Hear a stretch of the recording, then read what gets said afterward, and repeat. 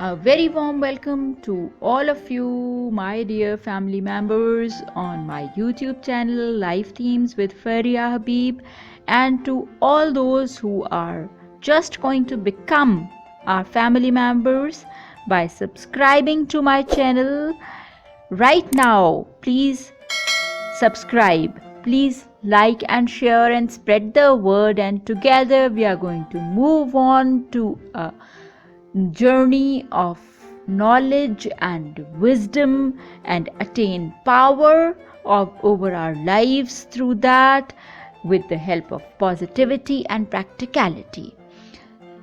Welcome to all of you. I hope you're all fine and your loved one are also fine, and that you are going to be very happy with managing your time after having attended this workshop, this online workshop on time management. You must be managing your time in a much better fashion, and I hope you are going to now enjoy the 13th part of this workshop on time management with me, and we are going to discuss many things, and we are going to have a lot of food for thought for our future and for the way we are going to manage our time in future, and this is going to help us all greatly. Let's see what's there for us today. So while discussing how we are going to take time in our own hands, first thing that we are going to discuss today is beating procrastination. We should not be putting off things upon tomorrow. This is very important. This is something that everybody says. Don't leave anything that you can do today for tomorrow. And because when we do that, you know what happens. All of us know what happens. We already have less time today, and when we are leaving something to do for tomorrow, we are cutting off tomorrow's time as well. And then that circle, that gyre moves on, and we are left with lesser and lesser time, and as a result there are many things that we leave behind undone, and of course that kills our time, that kills our goals. So that's why beating procrastination is very, very important. And why do we procrastinate? What is that psychological hurdle, that psychological hitch, that comes in and makes us procrastinate? What happens? We have not started doing something, and we need to do it. And you know what happens? We start becoming anxious. Oh, we have still not started doing it. When will we do it? How can it be done? And then after some time, now we have left with very little time. I'm left with very little time. How can I do it? This cannot be done. Okay, I'll do it tomorrow. Leave it today. Tomorrow I'll start early with it, and then I'll do it. Leave it today. I cannot do it today. It just cannot be done. So I'll leave it today. Okay. Now left for the next day. This is what happens.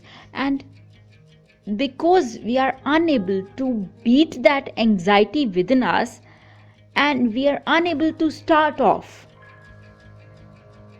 because of being unable to beat off that anxiety that emanates from our brain, we are unable to start doing something. So what is the tip that I will give you to beat procrastination? It will be, don't be scared. Don't feel scared. Don't feel scared that you have very little time left. And don't feel scared that this is such a long task, and how will I do it? How will I accomplish it? I have very little time left. Because when you feel scared, you don't start it. If you put your scares aside, your worries aside about having lesser time, you will start doing it. And when you start doing it, what will happen?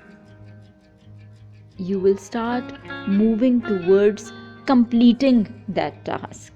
This is so simple, and this is very important. And this makes us powerful human beings. Taking control of our time, taking it in our hands, and not being afraid at all, and taking life in our hands. It's so easy said that way, so simple. And really it is, because when we are not scared and we start doing something, we are actually taking things in our own hands. We are actually combating different life situations as they erupt, as we are faced with them. Now, this is one point that I have discussed. The other point, the other scare, the other dread that we feel, and we don't start doing things and we procrastinate, is that the task length we think is too much, and we will not be able to complete it, or it will be very difficult to be completed. That is the other dread that we face. One dread is that we have not started it, now there is lesser time left. The other dread is the task is too long, we will not be able to finish it. And because we have that fear, that dread in our mind, that because of that we don't do it, we don't start doing it. And the real fact is that if we start doing it, with that passing span of time, we would have already probably completed it, or at least moved towards completing it. Okay? So that time that we pass in dreading something or fearing something or being scared about it is wasted. It's gone for good. And we stand at point zero. On the other hand, if we had started it, at least we would have reached 50% of the completion of that task till now. And we would, that wasted time, the time wasted in fearing something, being anxious about something, or dreading something, would not have gone waste. Or probably even 100% of the task that we were dreading to start will have been completed by now. And that 100% of time that should not have been wasted, should not have gone waste, would have been used. So these things are very important. These things might sound very simple.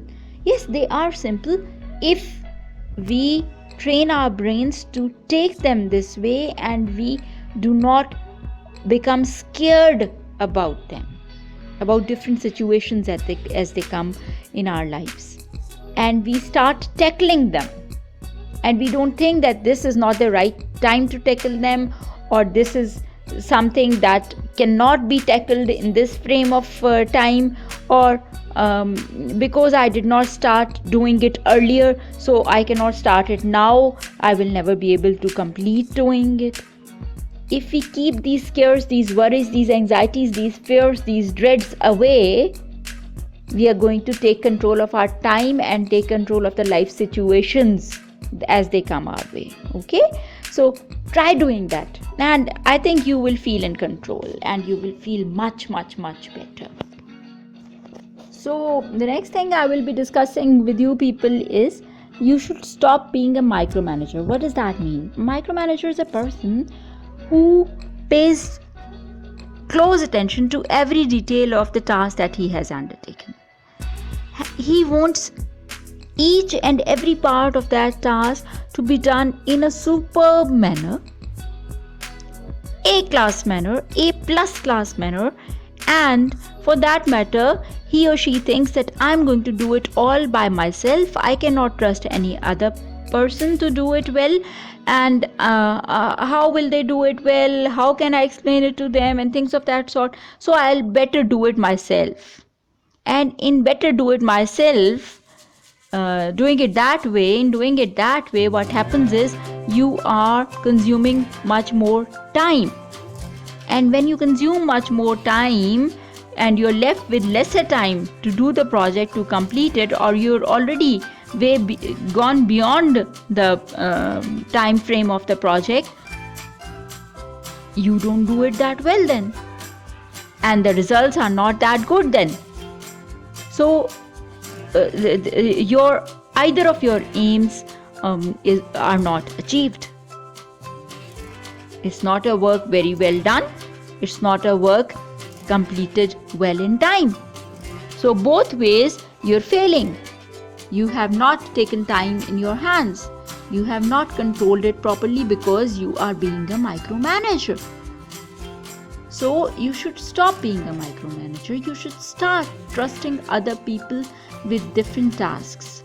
You should be delegating different tasks to different people, to your colleagues, to your subordinates, to your juniors, so that the same work, the tasks that you have made from one project are completed within a certain time frame and a much less time frame than you would consume in doing it all by yourself.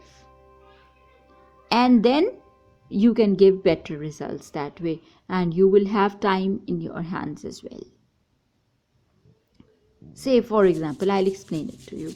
There's a task, a project that you have undertaken in office, and you have, say, a full week to finish that task, a full working week to finish it, and you divide it into 10 smaller tasks. And you give 2 tasks to each person, and you keep 2 tasks for yourself. 10 tasks complete. Now, each person will be doing 2 tasks in 1 working week. Okay? You will also be doing 2 tasks in 1 working week, instead of you alone doing 10 tasks in 1 working week.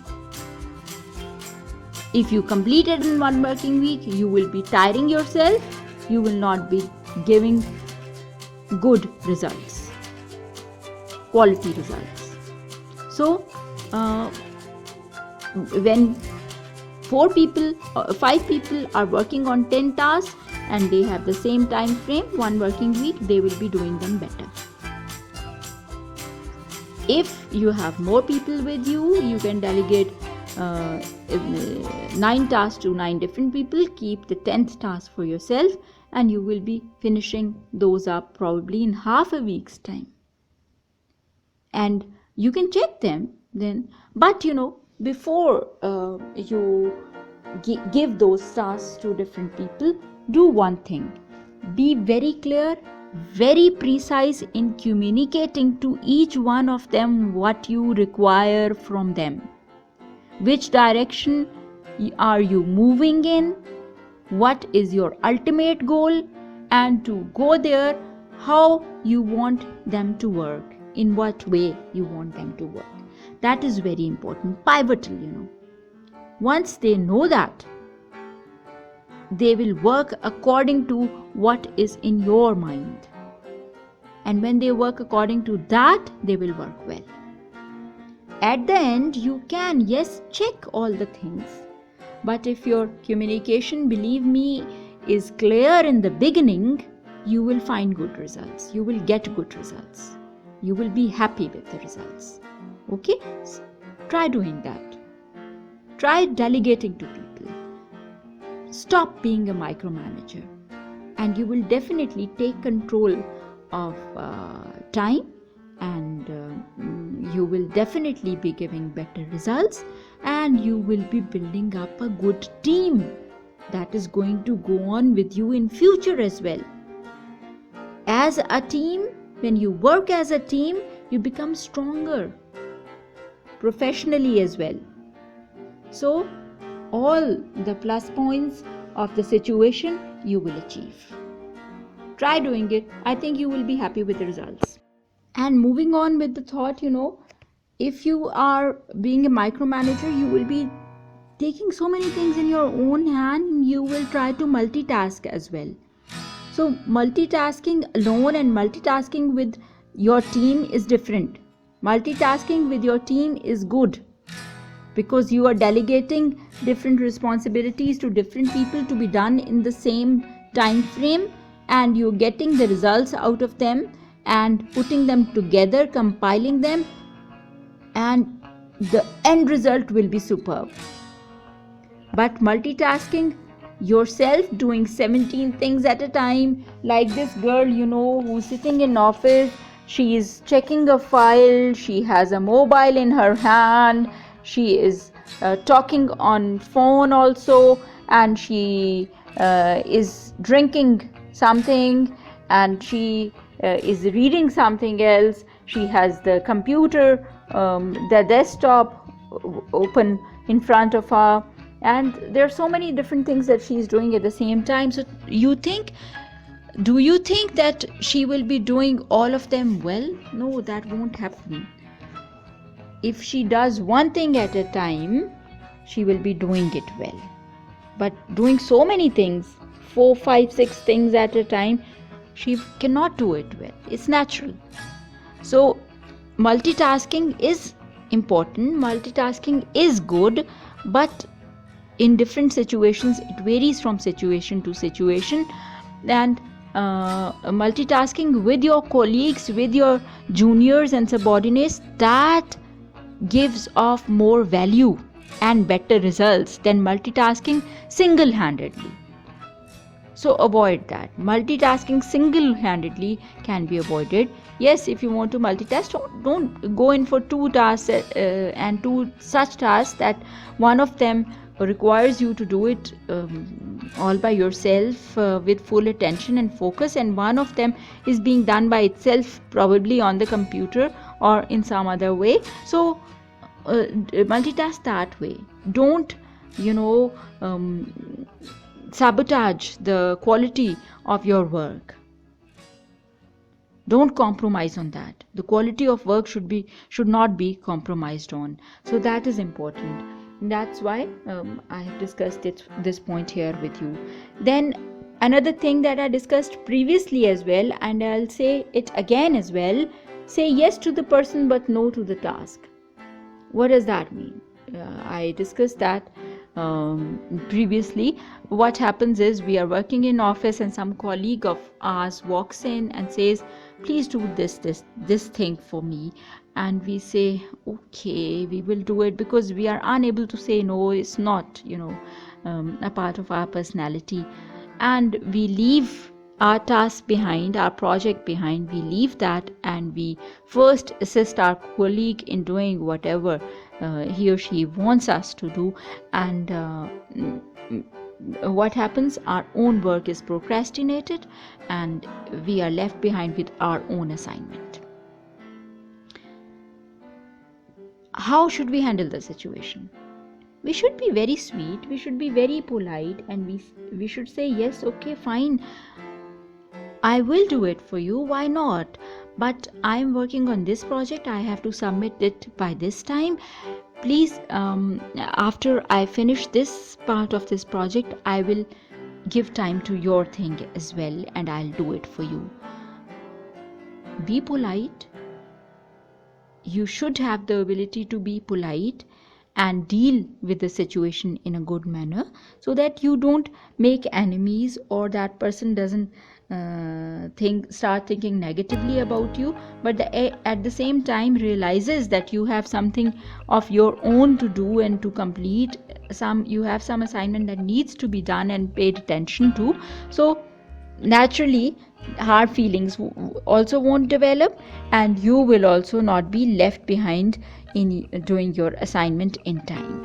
Okay, so these things are very important. These things, if practiced, they make you control time and take time in your hands. Try doing it with a colleague, because this happens all the time with us in offices when we are working with other people. And of course, don't multitask single-handedly. Okay. And here I